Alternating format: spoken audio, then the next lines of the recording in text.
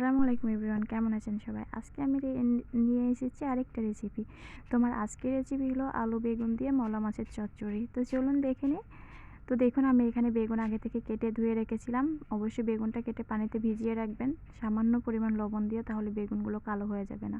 তো আমি সেম প্রসেসে আমি ধুয়ে পানি ঝরিয়ে নিয়েছি এবং নিয়েছি আলু কেটে দিয়েছি একটি পেঁয়াজ কুচি করে কেটে, এবং একটা টমেটো আমি স্লাইস করে কেটে দিয়েছি ফালি করা কাঁচামরিচ এবং পরিমাণ মতো লবণ।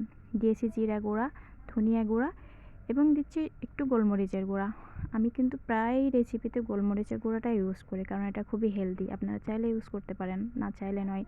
এবং দিয়েছি লাল মরিচের গুঁড়া এবং পরিমাণ মতো হলুদের গুঁড়া এবং তেল। তো আমি তেলটা এখানে একটু বেশি দিয়েছি, যেহেতু আমার তরকারিটা অনেক বেশি ছিল এবং চচ্চড়ি যেহেতু একটু তেল না হলে ভালো লাগে না, তো আমি একটু বেশি তেল ইউজ করেছি এখানে। তো এখন আমি এটাকে মাখিয়ে নেব, হাতে মাখিয়ে নেব। হাতে মাখা তরকারি কিন্তু আসলেই অনেক সুন্দর হয়।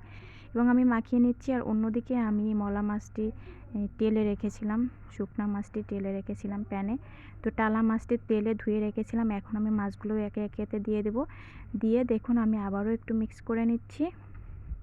মলা মাছটা দিয়ে আপনি কিন্তু খুব প্রেশার দিয়ে এটাকে মাখাবেন না, জাস্ট হালকা হাতে নেড়ে চেড়ে মাখিয়ে রেখে দিবেন। দিয়ে আমার মাখানো হয়ে গেছে। এখন অন্যদিকে আমি গরম পানি করে রেখেছি, এখন আমি দিয়ে দেবো অ্যাড করে গরম পানি। তো দেখুন, আমি পরিমাণ মতো গরম পানি দিচ্ছি। এখানে আমি 2 কাপ মতো পানি দিয়েছি, কারণ আমার তরকারিটা কিন্তু অনেক বেশি তরকারি। এই জন্য আপনারা আপনাদের পরিমাণ মতো পানি দিবেন। কোনো রকমের তরকারিটা আর কি ঢেকে যাবে, বেগুনের উপরে কোনো রকমের পানিটা উঠবে।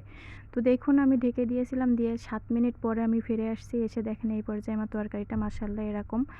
তো এখন আমি একটু হালকা নাড়া দিয়ে, প্যানটা নাড়া দিয়ে আমি আবারও ঢেকে দিব ঢাকনা দিয়ে ঢেকে দিয়ে আমি এখানে 3-4 মিনিট পর আবারও ফিরে আসব। তো দেখুন, প্রায় কমপ্লিট আমার রান্নাটা। তো এটা ছিল আমার আজকের রেসিপি, আলু বেগুন এবং মলা মাছের চচ্চড়ি। তো দেখুন, আপনাদের কাছে ভালো লাগলে অবশ্যই লাইক কমেন্ট করবেন এবং আমাকে সাপোর্ট করবেন প্লিজ। তো আজ এখানেই, ভালো থাকবেন প্লিজ, আল্লাহ হাফেজ। এবং ফাইনালি আমি এখানে দিয়েছি একটু টালা জিরার গুঁড়া। তো দেখুন, মাশাআল্লাহ অনেক সুন্দর হয়েছে। আপনারা এইভাবে চাইলে ট্রাই করতে পারেন বাসায়। যারা শুটকি প্রিয় তাদের তো অনেক ভালো লাগবে। আল্লাহ হাফেজ।